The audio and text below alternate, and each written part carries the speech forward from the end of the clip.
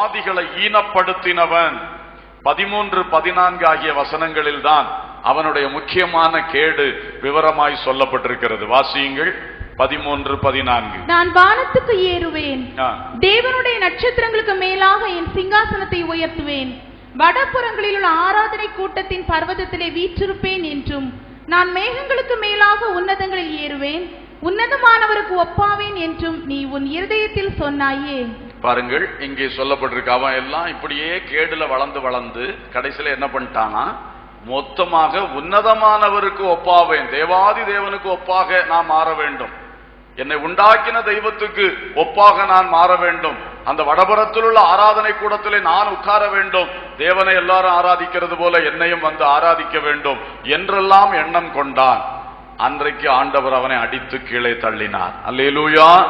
அவன் கீழே வந்தும் சும்மா இருக்கவில்லை.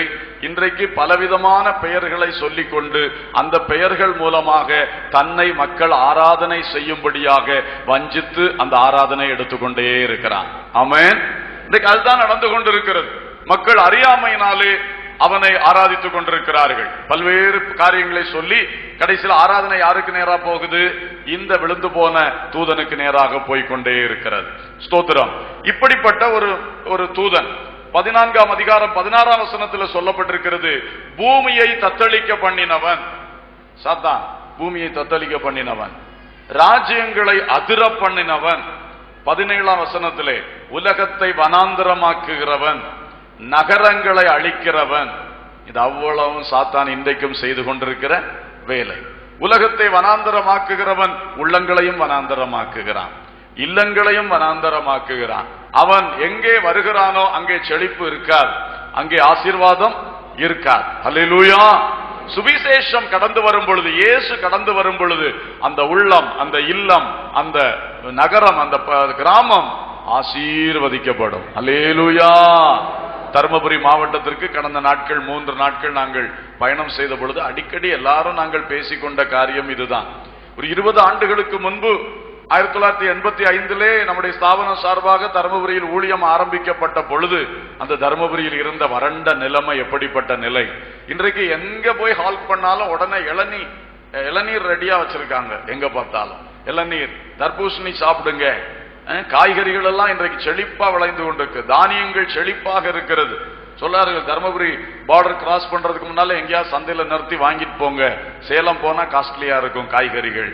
அந்த அளவுக்கு பாருங்க, மழை இல்லாமல் கிடந்த அந்த தேசத்தில் கர்த்தர் சுவிசேஷத்து நிமித்தமாக மழையை பெய்ய பண்ணினார். ஹல்லேலூயா. எழுத்தின்படி அந்த வறண்ட பூமி செழிப்பாய் மாறினது. பிசாசின் ஆதிக்கம் எங்கே இருக்கிறதோ, சாத்தானுடைய கிரியைகள் எங்கே இருக்கிறதோ அங்கே வறட்சி தான் வரும். உள்ளங்களிலும் சரி, வாழ்க்கைகளிலும் சரி, வீடுகளிலும் சரி, நாட்டிலும் சரி, வறட்சி தான் வரும். அந்த வறட்சியை மாற்றுகிறவர் ஆண்டவர் இயேசு கிறிஸ்து. ஹல்லேலூயா. கர்த்தருக்கு ஸ்தோத்திரம். அது மட்டுமல்ல, ஆவிக்குரிய நிலையிலே மக்களுக்கு மனதிலே வறட்சிகள், வெறுப்புகள், அன்பற்ற வறட்சி. அன்பு வாழ்க்கையில வரும்பொழுது வாழ்க்கை செழிப்பாகிறது. அன்பில்லாத வாழ்க்கை ஒரு வறண்ட வாழ்க்கையாக இருக்கின்றது. அந்த அன்பின் வாழ்க்கையை தருவது ஆண்டவராகிய இயேசு கிறிஸ்து. அல்லேலூயா. எனவே இப்படிப்பட்ட நிலையில் பிசாசு அத்தனை கிரியை செய்து கொண்டிருக்கிறவன். இவனை பற்றி நாம் அறிந்து கொள்ளணும். இன்னும் வேத வசனத்தில் அநேகம் சொல்லப்பட்டிருக்கிறது. இயேசு எல்லாம் சேர்த்து ஒரே சாராம்சமா சொன்னார். யோவான் 10:10 சொன்னார், திருடன் திருடவும் கொல்லவும் அழிக்கவுமே அன்றி வேறொன்றுக்கும் வரான். அவன் வந்தா அவன்கிட்ட ஒரு சின்ன பிட்டு கூட நல்ல நோக்கம் கிடையாது, நல்ல நோக்கமே இருக்காது. அந்த திருடனாகிய பிசாசிடத்திலே திருடனும் அழிக்கணும் கொல்லணும்.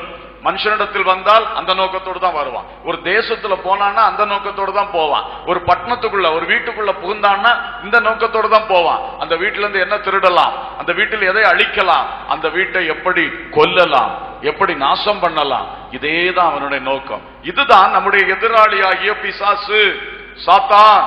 இவனை குறித்து நாம் அறிந்திருக்க வேண்டும். அல்லேலூயா.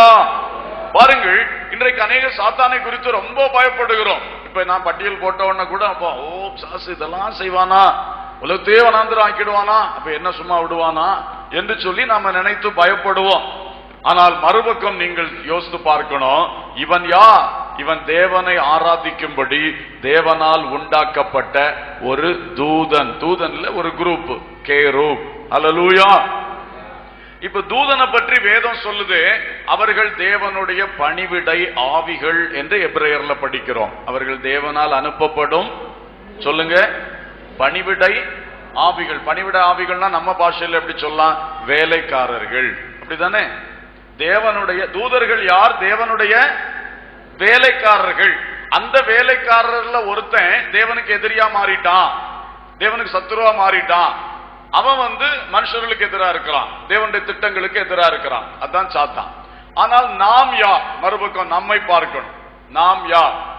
நாமோ இயேசு கிறிஸ்துவின் இரத்தத்தினாலே மீட்கப்பட்டு பிதாவாகிய தேவனுக்கு பிள்ளைகள் ஆக்கப்பட்டவர்கள். கரங்களை தட்டி தேவனை மகிமைப்படுத்துவோம். அல்லேலூயா. நம்முடைய ஸ்தானம் என்ன? சாத்தானுடைய ஸ்தானம் என்ன? நாம் தேவனுக்கு பிள்ளைகள், தூதர்களோ தேவனுக்கு வேலைக்காரர்கள். இப்போ யாரு பெருசு? பிள்ளை பெருசா வேலைக்காரன் பெருசா? சொல்லுங்க. இந்த வேலைக்காரரில் ஒருவன் தப்பு செய்து, இந்த வேலைக்காரர் ஒருத்தன் சாத்தான் லூசிபர் தப்பு செய்த பொழுது ஆண்டவர் அவனுக்காக தன் குமாரனை அனுப்பவில்லை. ஆனால் பிள்ளைகளாக உருவாக்கப்பட்ட, தேவனுடைய சாயலில் உருவாக்கப்பட்ட ஆதாமும் ஏவாளும் பாவம் செய்த பொழுதோ தேவன் தாமே இறங்கி தேடி வந்தார். ஆதாமே, நீ எங்கே இருக்கிறாய்? அவருடைய சொந்த குமாரனை அந்த மனுஷ சாயலாகவே மாற்றி, அந்த மனுஷியில் ஒருத்தியுடைய வயிற்றிலே பிறக்க வைத்து, அந்த இயேசுவை மனுஷ சாயலாகவே அவர் சிலுவையில ஏற்றி மரிக்க வைத்து, இதெல்லாம் எதற்காகன்னா அவருடைய சாயலாய் படைக்கப்பட்ட பிள்ளைகள் என்ற ஸ்தானத்துக்கு அழைக்கப்பட்டவர்கள் விழுந்த பொழுது அவர்களை தூக்கி மறுபடியும் எடுப்பதற்காக. கரங்களை தட்டி அவரை மகிமைப்படுத்துவோமா? அல்லேலூயா. ஆனால் வேலைக்காரர் ஒருவனாகிய பணிவிடை ஆவிகள் அவரை ஆராதிப்பதற்கு, அவருடைய செய்தியை கொண்டு போவதற்கு, அவர் சொல்லும் காரியத்தை செய்து முடிப்பதற்கு படைக்கப்பட்டிருக்கிற கேருபீன்களா இருக்கட்டும், சேராபீன்களா இருக்கட்டும், தூதர்களில் வித்தியாசமான அமைப்புகளா இருக்கட்டும், யாரா இருந்தாலும் அவர்களுக்காக அவர் கை கொடுக்கவில்லை. ஆமென். அப்ப இப்ப நல்லா நம்ம ஸ்டேட்டஸ புரிஞ்சுக்கிடுங்க. சாத்தான் ரொம்ப பவர்ஃபுல் போல காண்பிக்கிறான், கோலியாத்த மாதிரி பெரிய தோற்றம் காண்பிக்கிறான். கர்ச்சிக்கிற சிங்கம், கர்ச்சிக்கிற சிங்கம் போல, போலன்னு போட்டிருக்கு. அது ஒரு ஊமை விஷயம் தானே தவிர அவன் உண்மையான ஒரிஜினல் சிங்கம் அல்ல. அல்லேலூயா. ஒரிஜினல் சிங்கம் யூதா ராஜ சிங்கம் நம்முடைய ஆண்டவரா இயேசு கிறிஸ்து. அல்லேலூயா. அவன் ஒரு கர்ச்சிக்கிற சிங்கம் போல, போலன்னா போலின்னு அர்த்தம். அல்லேலூயா. அவன் தோற்றத்தை காட்டுவான், கர்ச்சிப்பான், அவ்வளவுதான் அவன் செய்யறான். கர்த்தருக்கு ஸ்தோத்திரம். பாருங்கள், இதை கண்டு பயப்படுறான். அந்த ராட்சதன் மிரட்டினது போல கோலியாத் பயங்கர தோற்றம். சாத்தான கண்டவன சொப்பனத்துல மிரட்டிடுவான். அதோட தளர்ந்துருவார்கள். கர்த்தருக்கு ஸ்தோத்திரம். ஏய், நீ மிஷனரி ஊழியத்துக்கா ஜெபிக்கிறியாக்கும்? நான் தான் வந்திருக்கேன் பாரு, ஒரிசாவிலிருந்து உன்னை தேடி வந்திருக்கேன்னு சொன்னா போதும், அதோட மிஷனரி ஊழியமும் சரி ஜெபமும் சரி மூடிடுவார்கள். கர்த்தருக்கு ஸ்தோத்திரம். மிரட்டுகிறது அவனுடைய வேலை. ஏய், நீ பாரு இப்படி சரியா, நீயா பிசாஸ்திரத்தை வந்த? உனக்கு 2 பிள்ளை இருக்குல்ல, கவனம் இருக்கா? அப்படி கேட்பான். கர்த்தருக்கு ஸ்தோத்திரம். ஆரம்ப நாட்கள்ல ஊழியத்திலே நான் ஒரு முறை பிசாசு துரத்திட்டு இருக்கும்போது பிசாசு இந்த மாதிரி என்னை மிரட்டினான். நான் அப்படி செய்து போடுவேன், இப்படி செய்து போடுவேன். கர்த்தருக்கு ஸ்தோத்திரம். நமக்கு உடனே பயத்துக்கு இடம் கொடுத்துடக்கூடாது. அது கர்ச்சிக்கிற சிங்கம் போல. ஆமென். அல்லேலூயா. நம்மளை எப்படியாயிலும் மிரட்டி அவன் நம்மை தோல்வி அடைய பண்ண முயற்சிப்பான். கோலியாத்த போல ஒத்தைக்கு ஒத்தைக்கு வா, பார்க்கலாம் பார்க்கலாம், நீ தோற்றினா நீங்க எல்லாம் எங்களுக்கு அடிமையாகணும், பயந்து ஒவ்வொருவனும் விலகி நிற்கிறான். இதே மாதிரி இருக்கும். ஆனா நீங்க புரிந்து கொள்ளுங்கள், தாவீதை போல அவன் விருத்த சேதனம் இல்லாதவன், நான் விருத்த சேதனம் உள்ளவன். ஹல்லேலூயா. அன்றைக்கு விருத்த சேதனம் என்பது அவன் தேவ பிள்ளை என்பதற்கு அவனுக்கு அடையாளம். இன்றைக்கு இயேசு கிறிஸ்துவுக்குள் நமக்கு தேவனுடைய பிள்ளை என்பதற்கு அடையாளம் அவருடைய இரத்தத்தினால் வருகிற ரட்சிப்பு, அவருடைய ஆவியின் அபிஷேக முத்திரை, அவரோடு உடன்படிக்கையாகிய ஞான ஸ்நானம். அல்லேலூயா.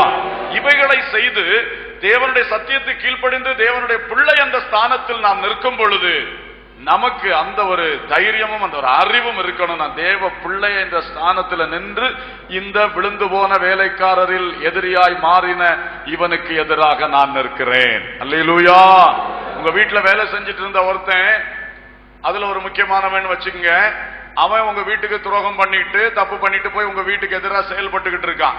நீங்க ஒரு மகன் என்ற மகள் என்ற ஸ்தானத்துல அவனோட எதிர்த்து நிக்கீங்க. எவ்வளவு கம்பீரமா நிப்பீங்க நீங்க. ஆமென். அவனுக்கு தெரியும் யாரு, எங்க வீட்டுல வேலை செஞ்சவன் இல்லையா, இன்னைக்கு துரோகம் பண்ணிட்டு இந்த மாதிரி வந்து நிக்கான் என்று சொல்லி அந்த ஒரு கண்ணோட்டத்தோட எவ்வளவு தைரியமா நிப்போம். அவனை ஏதோ பெரியவன் நினைக்க மாட்டான், அவனை பத்தி தெரியும் நமக்கு. இதே போலதான் இந்த சாத்தான் எவ்வளவு வீரம் காட்டினாலும் எவ்வளவு வேகம் பேசினாலும் நமக்கு தெரியணும், நான் தேவனுடைய பிள்ளை. ஹல்லேலூயா. நான் இயேசுவின் ரத்தம் தெளிக்கப்பட்ட நிலையில் இருக்கிறேன், இயேசுவின் ரத்த கோட்டைக்குள்ளே நான் இருக்கிறேன், அவருடைய அபிஷேக முத்திரைக்குள்ளே நான் இருக்கிறேன். ஹல்லேலூயா. ஒரு ஆமோஸ் என்று சொல்லுகிற ஒரு சகோதரன் சொன்ன சாட்சியை குறித்து நான் கேள்விப்பட்டிருக்கிறேன். அவர் இந்த மந்திரவாத வேலைகளுக்குள்ளே ஈடுபட்டு கிடந்தவர். பிறகு ரட்சிக்கப்பட்ட ஆண்டோடைய பிள்ளையா மாறின பிறகு அவருடைய சாட்சியில் சொல்லும் பொழுது விதமாய் சொன்னாராம், நாங்கள் கடந்த காலங்களிலே பிசாசின் ஆவிக்குள் ஆகி பிசாசுகளை ஏவி விடும் பொழுது இந்த பரிசுத்த ஆவி பெற்ற மக்களுக்கு எதிராக ஏவி விட்டால் பிசாசுகள் பயப்படுகிறது. அங்கே ஒரு தீபம் எரிந்து கொண்டிருக்கிறதை நாங்கள் அந்த ஆவியிலே பார்ப்போம். அந்த மாதிரி ஆளுகளுக்கு எதிராக பிசாசு போகாது, ரொம்ப ஃபோர்ஸ் பண்ணி விட்டா போன ஃபோர்ஸ்ல திரும்ப வந்து விடும் என்று சொல்லுகிறார். அப்போ இந்த மந்திரவாதிகளுக்கு தெரியுது பரிசுத்தாவின் அபிஷேகத்தினுடைய மேன்மை என்னதென்று. ஹல்லேலூயா, ஹல்லேலூயா. ஆனா சங்கடம் என்னவென்றால் பரிசுத்தாவின் அபிஷேகத்தை பெற்ற தேவ பிள்ளைகளாகிய நமக்கு அந்த அறிவில்லை. நாம் அந்த சவுலோடு சேர்ந்த இஸ்ரவேல் கூட்டமா தான் பல வேளைகளில் காணப்படுகிறோம். நாம் தாவீதை போல எழும்ப வேண்டும். நான் பெற்ற அபிஷேகம் என்ன, என்னுடைய தகுதி என்ன, என்னுடைய நிலை என்ன? அந்த எதிரியாகிய சாத்தான் யார்? அவன் எவ்வளவு பெரியவனாக தோற்றத்தில் காணப்பட்டாலும் மிரட்டினாலும் கடைசியில ஒன்றும் நடக்காது. நான் தேவ பிள்ளையா இருக்கிறதுனாலே நான் தான் ஜெயம் எடுப்பேன். அல்லேலூயா. இந்த ஒரு தைரியம் கர்த்தருடைய பிள்ளைகளுக்குள் இருக்கட்டும். இவைகளை குறித்து நாம் இன்னும் அதிகமாய் கற்றுக்கொள்ளணும். நான் சும்மா நேரம் இல்லாதபடினாலும் சும்மா தொட்டு சொன்னேன். ஆனா சாத்தானை பற்றி அவனுடைய தந்திரங்கள் எப்படி இருக்கு, அவனுடைய செயல் எப்படி இருக்கு, இதெல்லாம் பைபிள்ல டீடைல்டா இருக்கிறது. நான் சொன்னது மாதிரி நாம கற்றுக்கொள்ளணும். கற்றுக்கொள்ளும் பொழுது நிச்சயமா சாத்தானா அவன் இப்படினா இப்படி வருவான், இப்படி செய்தா இப்படி வருவான், நமக்கு தெரியும். வேதம் சொல்லுது பிசாசின் தந்திரங்கள் நாம் அறியாதவைகள் அல்லவே. எவ்வளவு சிம்பிளா பேசுறாரு பாருங்க, நாம் அறியாதவைகள் அல்லவே. ஆனா நமக்கு இன்னைக்கு அப்படி சொல்ல முடியுமா? எத்தனை பேருக்கு அப்படி சொல்ல முடியும்? கர்த்தருக்கு ஸ்தோத்திரம். நாம் அதை கற்றுக்கொள்ள வேண்டும், கற்றுக்கொண்டு அதை வெற்றி பெற வேண்டும். நான் வேகமாய் போகிறேன். இரண்டாவது ஒரு அறிவு என்னவென்றால் 17ஆம் அதிகாரம் 29ஆம் வசனம். அதற்கு தாவீது, நான் இப்பொழுது செய்தது என்ன? நான் வந்ததற்கு முகாந்திரம் இல்லையா என்று சொல்லி. இங்கே தாவீது யுத்த களத்தில் வந்து ஒவ்வொருத்தட்ட இவன் என்ன சொல்றான், இவன் என்ன சொல்றான் அப்படின்னு ஒவ்வொருத்தட்ட கேட்கிறான். கேட்டுட்டு இருக்கும் பொழுது அவனுடைய மூத்த அண்ணன் ஓடி வருகிறான். டேய், எதுக்குடா இங்க வந்த? இந்த ஆடுகளை எங்கே விட்டு விட்டு வந்தாய்? உன் துணிகரத்தை பார், நீ எதற்கு யுத்தத்துக்கு வந்த? நான் நினைக்கிறேன் அவங்க ஏற்கனவே இங்க பெரிய ஷேம்ல இருக்காங்க, பெரிய வெக்கத்துல எல்லாருமா நின்றுட்டு இருக்க இடத்துல இவன் வேற வந்து பொடிப்பைய வந்து இந்த வெக்கத்தை பார்க்க வந்துட்டானேன்னு கோவப்பட்டிருப்பான்னு நினைக்கிறேன். அந்த வேகத்துல அவன் சொல்ல, டேய் இங்க என்னத்துக்குடா வந்த நீ, உனக்கு என்ன துணிகரம்? அப்பொழுது தாவீது ஒரு வார்த்தை சொன்னான், நான் வந்ததற்கு ஒரு முகாந்தரம் இல்லையா? அல்லேலூயா. அவனுடைய அடுத்த அறிவை பாருங்கள். முதலாவது சத்துரு இன்னார் என்று சரியாய் மதிப்பிடக்கூடிய ஒரு அறிவு இருந்தது, அதுதான் அவன் வெற்றி சிறந்தான். இரண்டாவது அவனுடைய அறிவு கர்த்தருடைய நடத்துதலை குறித்த ஒரு அறிவு தாவீதுக்குள் இருந்தது. அல்லேலூயா. கர்த்தர் என்னை நடத்துகிறார், கர்த்தர் என் வாழ்க்கையை நடத்தி கொண்டு வருகிறார். நான் வாழ்க்கையில முதல் முறையா யுத்த களத்துக்கு வந்திருக்கேன்னா அதுக்கு ஒரு நோக்கம், அதற்கு ஒரு முகாந்தரம் இருக்கிறது. Praise the Lord. ஒரு முகாந்தரத்தை அறிந்தான். கர்த்தருடைய கரத்தில் என் வாழ்க்கை ஒப்பு கொடுக்கப்பட்டிருக்கின்றபடியினாலே எங்கே என்னை கொண்டு சென்றாலும் அங்கே கர்த்தர் ஒரு நோக்கத்தோடு கொண்டு செல்வார். என் வாழ்க்கையில ஒரு சம்பவம், ஒரு நெருக்கம், ஒரு கஷ்டம் அல்லது ஒரு உயர்வு, ஒரு தாழ்வு எது வந்தாலும் தேவனுக்கு அதிலே ஒரு நோக்கம் இருக்கிறது என்ற ஒரு அறிவு உள்ளவர்கள் தான் வெற்றி பெற முடியும். அல்லேலூயா. அநேகரை பற்றி பார்க்கும் பொழுது என்ன சொல்லுவார்கள்? என்ன செஞ்சிட்டு இருக்கிறீங்க? சும்மா இருக்கிறேன். எங்க போறீங்க? சும்மா இதுவரை போயிட்டு வரேன். இந்த சும்மா சும்மா சும்மா என்றே பயன்படுத்துவார்கள். அவளுடைய வாழ்க்கை சும்மா என்ற நிலையில் போகுது. எதுக்கு போறேன்னு தெரியாது, ஏன் அதை செய்கிறேன்னு தெரியாது, எல்லாரும் செய்யறாங்க நானும் செய்யறேன் என்கிற நிலையில போய்கொண்டே இருப்பார்கள். இப்படிப்பட்டவருடைய வாழ்க்கை வெற்றி பெறாது. இப்படிப்பட்டவருடைய வாழ்க்கை எந்த ஒரு சாதனையும் படைக்க முடியாது. ஆனா தாவீது ஒரு சின்ன பையனா இருந்தாலும் ஒரு சின்ன கொஞ்சம் ஆடுகளை மேய்க்கக்கூடியவன் தான், பெரிய மேய்ப்பன் என்று கூட சொல்ல முடியாது, ஒரு சின்ன மேய்ப்பன் தான். அவனுக்குள் இருந்த அறிவை பாருங்கள். என்னை குறித்து படைத்த தேவனுக்கு ஒரு நோக்கம் உண்டு. நான் எங்கு சென்றாலும் கர்த்தர் ஒரு நோக்கத்தோடு என்னை கொண்டு செல்வார். ஹல்லேலூயா, ஹல்லேலூயா. ரோமருக்கு எழுதின நிருபம் 8வது அதிகாரம் 28ஆம் வசனம் என்ன சொல்லுகிறது?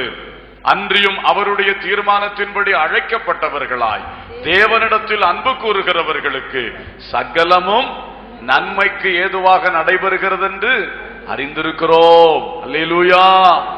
இந்த விசுவாசங்கள் நமக்குள் அடிப்படையாய் வேண்டும். பிரியமானவர்களே, நாம் தேவனிடத்தில் அன்பு கூறுகிறோம், தேவனால் அழைக்கப்பட்டிருக்கிறோம், தேவ பிள்ளைகளாய் வாழ்ந்து கொண்டிருக்கிறோம், நமது வாழ்வை தேவனுக்கு அர்ப்பணிக்கிறோம்.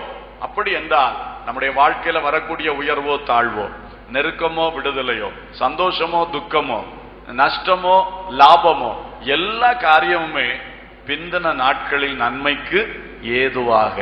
ஆமென்.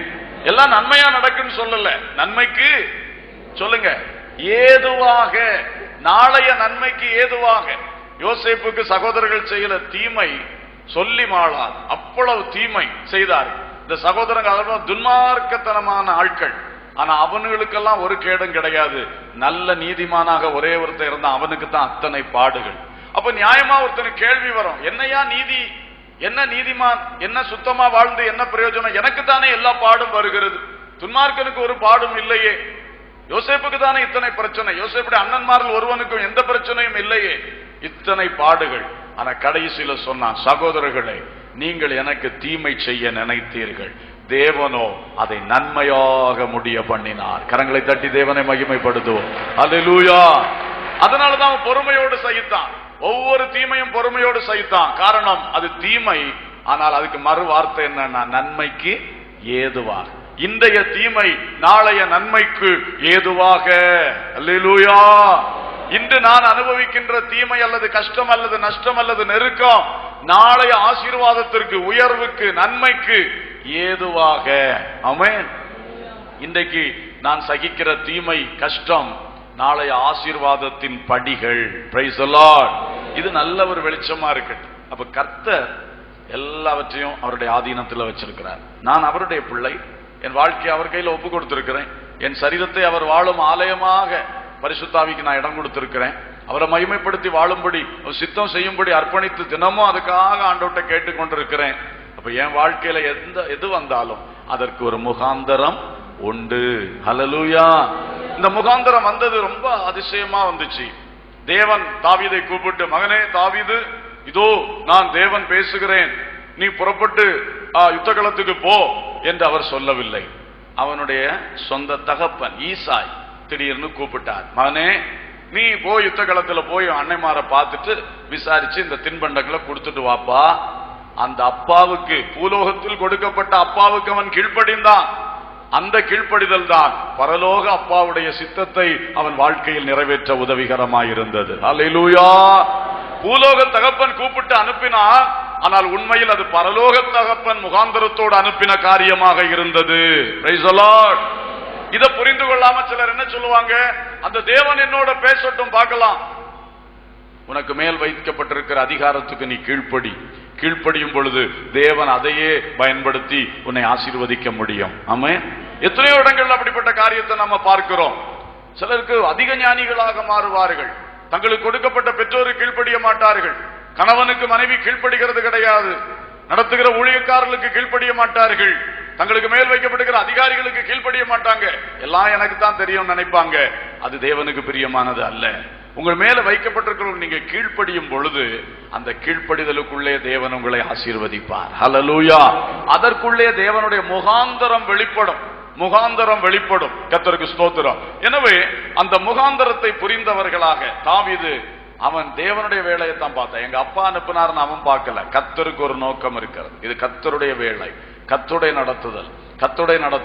அவங்க அண்ணன்ட்ட சொன்ன, அவன் கேட்டோன்னே சொல்லிட்டான், நான் வந்ததற்கு ஒரு முகாந்தரம் இல்லையா. அந்த வார்த்தையின்படியே ஒரு பெரிய முகாந்தரம் அது இருந்தது. Praise the Lord.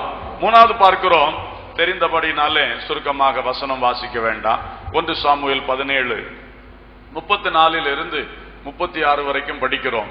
சவுலுக்கு முன்னால தாவீது நிற்கும் பொழுது சவுல் சொல்லுகிறான், நீ இளைஞனப்பா, அவன் சிறுவயது முதலே யுத்த வீரன்.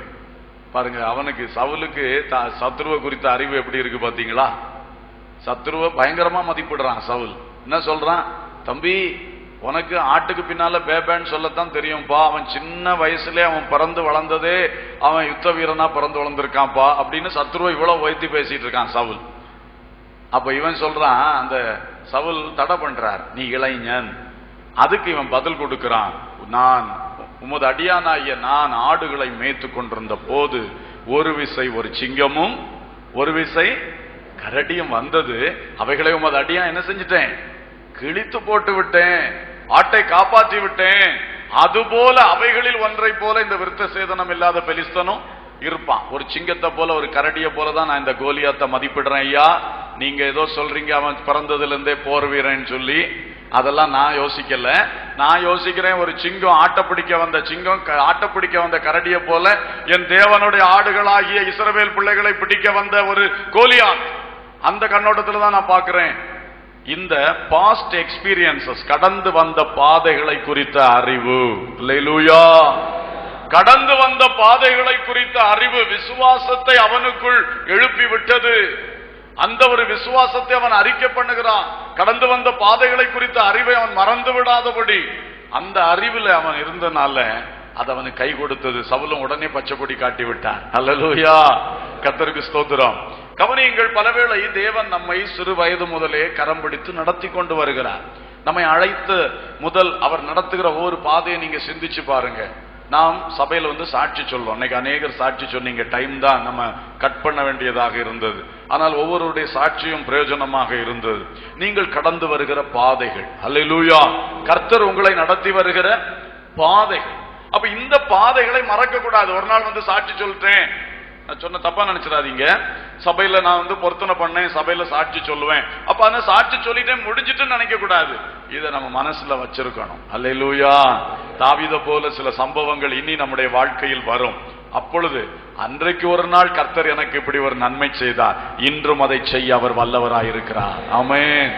அன்றைக்கு அந்த வியாதியை இயேசு சுகமாக்கினார், இன்றைக்கு இந்த வியாதியும் சுகமாக்க அதே இயேசு போதுமானவர். அல்லேலூயா. அன்றைக்கு எனக்கு எதிராய் வந்த மக்களிடத்திலிருந்து என்னை காப்பாற்றின இயேசு இன்றைக்கும் இந்த எதிராளி கூட்டத்திலிருந்து என்னை காப்பாற்ற வல்லமை உள்ளவர். இது எங்க இருந்து வருது? அந்த கடந்த கால அனுபவங்கள், நாம் பெற்றுக்கொண்ட, நாம் ஆண்டவரிடத்தில் பெற்றுக்கொண்ட அந்த நன்மைகள், இது நம்முடைய அறிவுல இருக்கணும், தங்கி இருக்கணும், மறக்க கூடாது. நன்மை செய்ததை மறந்து விடக்கூடாது. கர்த்தர் செய்த நன்மைகளை ஒருபோதும் மறக்காம அடிக்கடி அவருக்கு ஸ்தோத்திரம் பண்ணணும். வாழ்க்கை பாதையை தனியாக உபவாசித்து ஜெபிக்கும் பொழுது